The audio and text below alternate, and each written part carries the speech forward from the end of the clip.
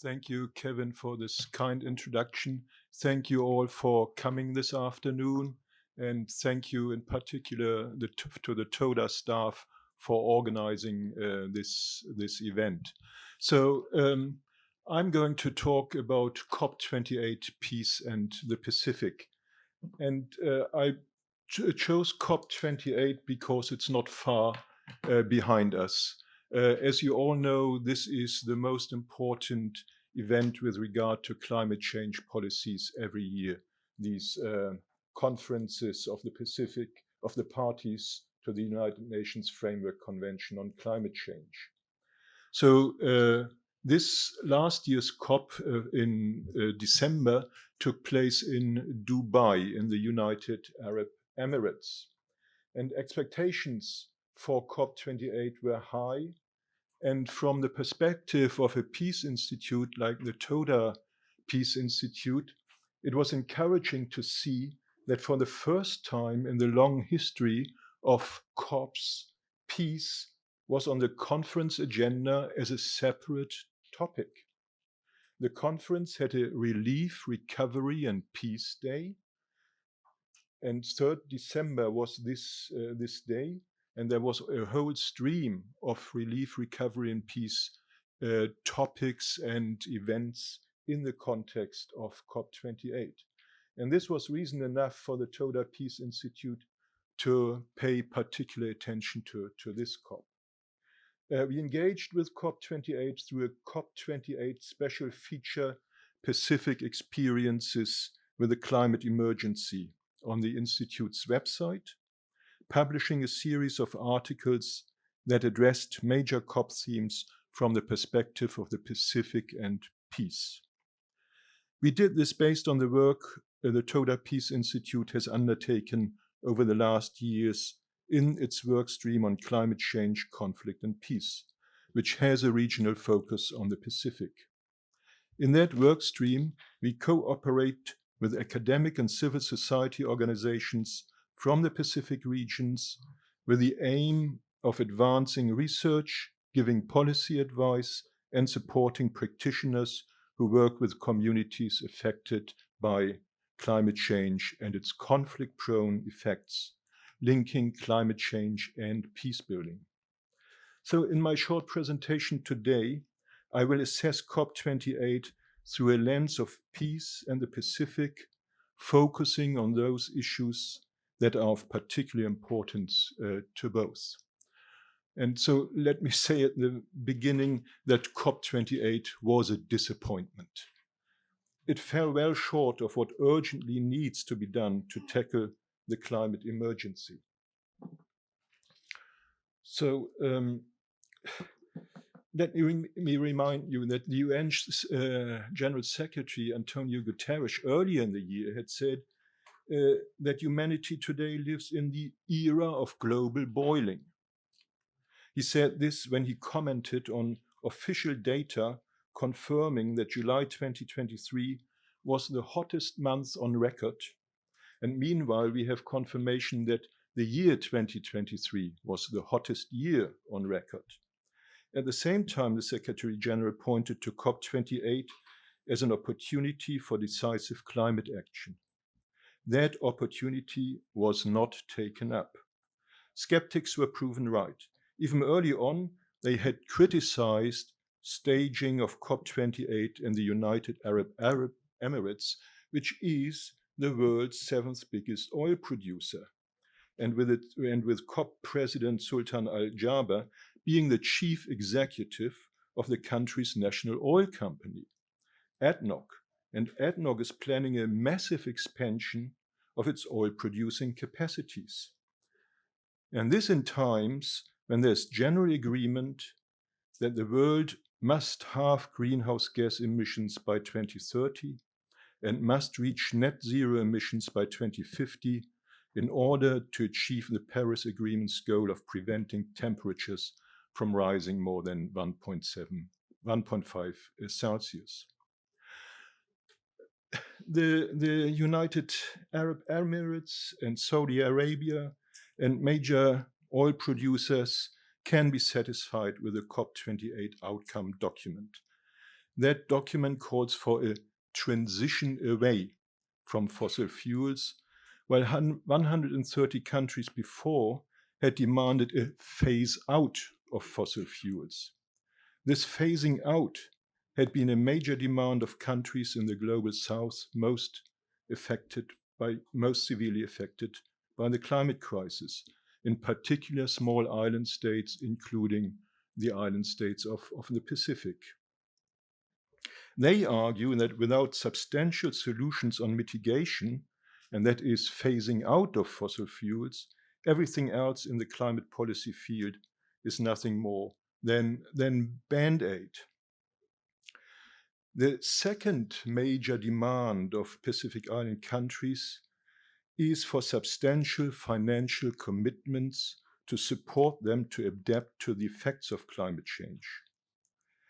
Initially, things looked better at COP28 on that front. For years, even decades, Pacific Island countries had fought for a loss and damage fund.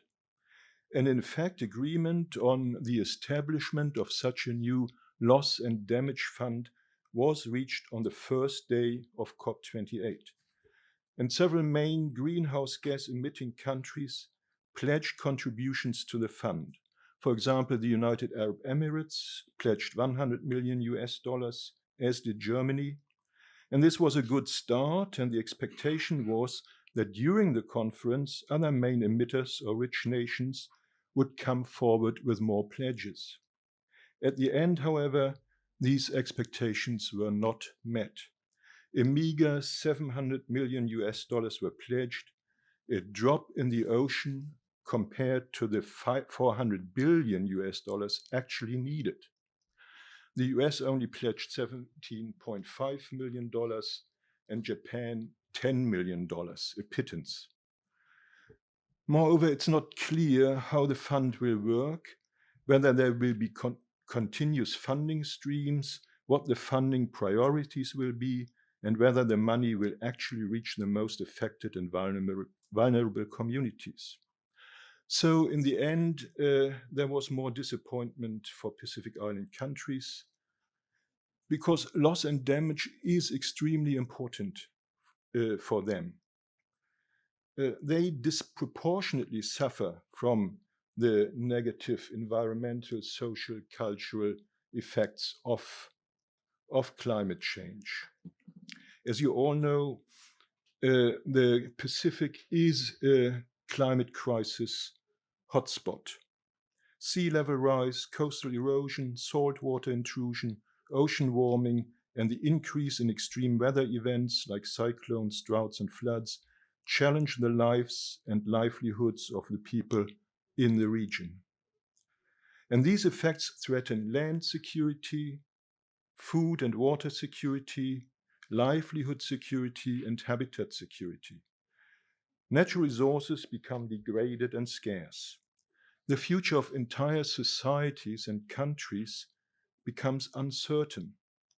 And it is against this background that the Pacific Islands Forum Regional Security Declaration, the so-called Boege Declaration of 2018, states that, I quote, "Climate change remains the single greatest threat to the livelihoods, security, and well-being of the peoples in the Pacific," end of quote. In other words, the effects of climate change cause significant material and physical loss and damage. But it's not only the infrastructure that is damaged, not only coastal places and areas for farming or manufacture that are lost. With these losses comes cultural, spiritual, and mental damage, and loss of indigenous traditional knowledge. Hence, loss and damage caused by climate change is not only a form of structural violence, but also of cultural and epistemic violence. And let me elaborate a little bit on this topic of cultural and epistemic violence. Loss and damage cannot be understood in purely quantifiable economic terms. For people in the Pacific, the land and ocean hold not only economic value, but also cultural, spiritual, and relational values. Therefore, non-economic loss and damage, the loss of one's cultural identity, traditional knowledge, ancestral burial sites, sacred sites, and so on, these are of major concern for Pacific Islanders. And as my colleague, Toda colleague Ria Shibata, based on her research with young people from the Pacific, put it, I quote, "These losses cut to the core of what it means to be a Pacific Islander, for whom land is not just a place to live, but a bedrock of heritage and a source of spiritual connection," end of quote. So people and communities affected by climate change and experiencing physical loss and damage go through deep psychological trauma. Funding for loss and damage will have to also take this dimension into account. One cannot expect the grieving communities to pay. And yet, when it comes to non-economic loss and damage, it is not so much about compensation, because one cannot really compensate for these types of losses in monetary terms. No amount of money can compensate for the loss of a sacred site that people are spiritually connected to. Rather, the question is how to determine the costs of the processes and the support that are needed to deal with non-economic loss and damage. As James Bhagwan, General Secretary of the Pacific Conference of Churches and a collaborator of the Toda Peace Institute, expresses it. And another question is how to ensure direct access for local communities to loss and damage funds. Deliberations at COP28 by no means addressed these issues, nor did they address a particularly serious and devastating form of loss and damage that is of particular urgency in the Pacific region. One that is particularly conflict-prone, namely the forced displacement of people and the relocation of communities. Climate-induced or climate-compelled relocation and displacement comes with substantial economic and non-economic loss and damage for people in the Pacific and elsewhere. It can lead to violence, and surely it is a form of structural and cultural violence. Hence, while in the mainstream Western-dominated discourse, human mobility is widely seen as a means of climate change adaptation, in the eyes of Pacific Islanders, it is also a form of loss and damage. So my colleague Ria has done some work together with Pacifica youth who now live in diaspora countries at the Pacific Rim in Australia or New Zealand and the US. And she clearly points to the fact that these losses have severe traumatic effects on these young people. But interestingly enough, these young people then also often become climate activists. And while it is important to address the diaspora situations in the context of climate mobility, one also has to note that international climate change-induced migration is still very rare these days. The popular narrative of waves of climate refugees trying to invade the rich countries of the global north is misleading.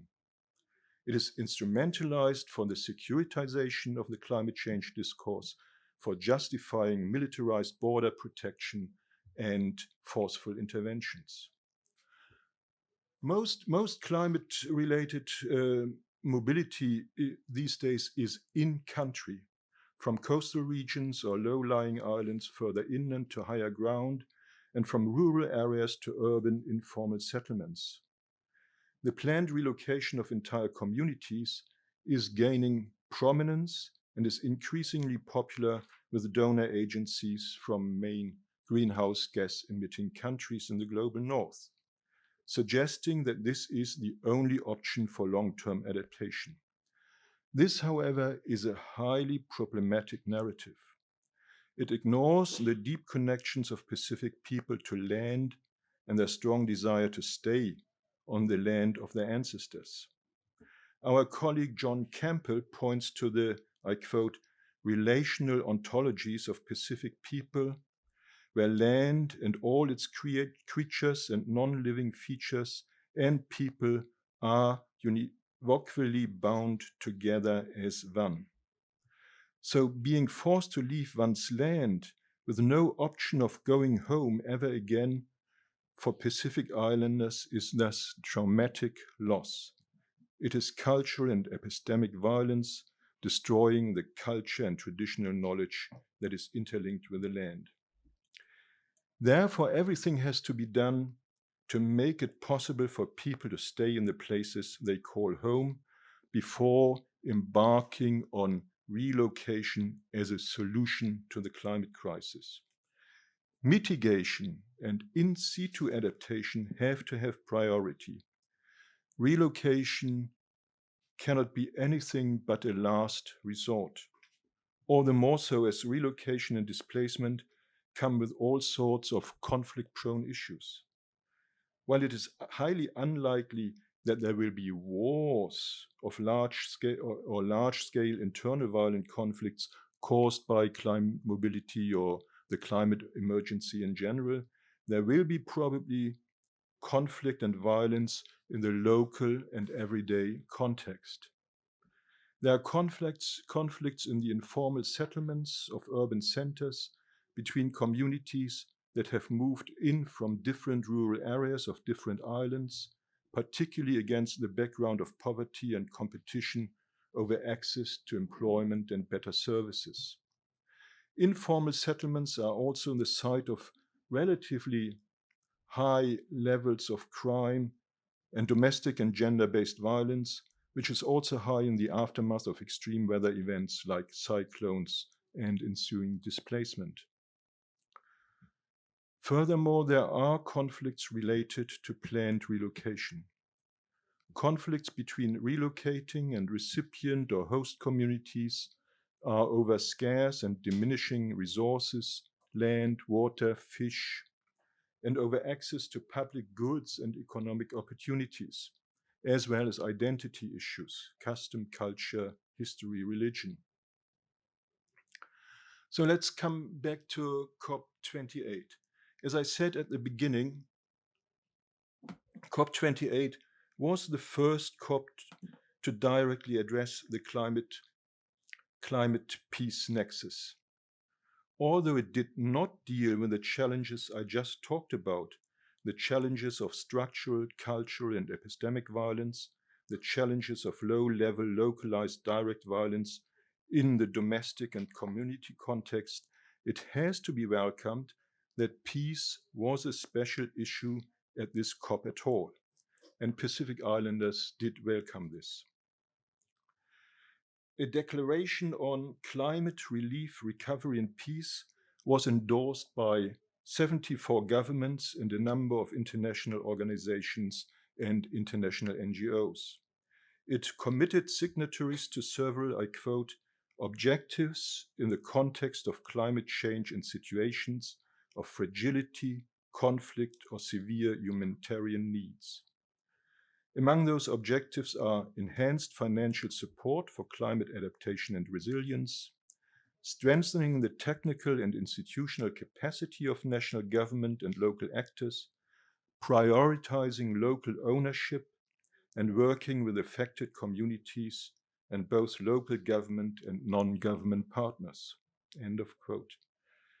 These objectives are derived from the assessment that many of the people, communities, and countries threatened or affected by fragility or conflict or facing severe humanitarian needs are on the front line of the climate crisis and are among the least resourced to cope with and adapt to associated shocks and stresses.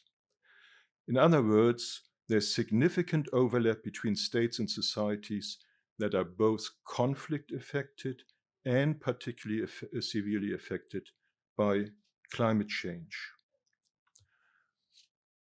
On the downside, one has to take into account that this declaration is nothing more than a voluntary, non-binding call to action that many states did not sign on. Australia, for instance, did not sign, that commitments and planned activities remain pretty vague, and that there are no new finance mechanisms to fund activities. The fact that this declaration was at all presented and endorsed in the context of a COP is important. This firmly establishes the climate conflict peace nexus as an issue that has to be dealt with at the highest international level in the future. So, despite its shortcomings, the declaration should be seen as a first step and an indication of political will, at least in some quarters of the international community, to pay more attention to the climate conflict peace nexus. No more, no less. A gaping loophole in the declaration, however, is its total silence on the destructive climate impacts of militaries and wars. There's no mention of greenhouse gas emissions caused by the military forces all over the world, no mention of the emissions caused by wars, no attention whatsoever to how the military and war are massively contributing to the climate emergency. No commitments of governments to reduce the emissions of their militaries and military activities. The first year of the war in Ukraine produced emissions comparable to a country the size of Belgium over the same time period. To be legitimate and trustworthy, future discussions and commitments regarding the climate conflict peace nexus in the COP context will also have to address those links between the climate emergency, militaries, militarization, and war. So at the beginning, I mentioned the COP28 special feature on the Toda Peace Institute's website and the articles published there. So over the last 20 minutes, I've quoted from some of those articles, and I encourage you to have a closer look at the link with the first dot point and also the other Toda publications. Thank you very much. It's overwhelming to see how much there is to sort out, but I really like the way this conference started with reality-based optimism and hope. I think I have a two-part question. One is to all the panelists. How do you see all of these conflicts interacting with gender and gender issues around the world? And in terms of my second question is in terms of breaking the negative loop cycle. Do you think that the access to technology that Gen Z has could be an entry point to sort of, I mean, what would you recommend to Gen Z and millennials to sort of enter into taking action into resolving some of these conflicts, and what would be the best way to move forward for the youth in this room? There is a big field of research on climate change and gender. So particularly in my region that I'm familiar with, it's pretty clear that the effects of climate change are different for men and women. The women are particularly severely affected by the effects of climate change, and also by the conflictual elements of climate change. I mentioned domestic violence in the aftermath of extreme weather events, for instance, or domestic violence in these informal settlements in the few urban centers in the Pacific, where people are forced to go from coastal regions or low-lying islands that are under threat from climate change, and where they then are living together in very crowded situations that are the basis for gender-based violence, for instance. So yes, I think it's really important to also look at the climate conflict peace nexus through a gender lens. And at the conference, at the workshop we had in Canberra in September last year, this was one of the topics, and we always make sure that we have women voices present. We had more than 50% of women at this workshop, and it's I think it's an issue not only for the climate change but also for democracy or international politics or so. And it's in the climate change field. I can say it's really well established in the meantime, and people are aware of the need for a gender lens.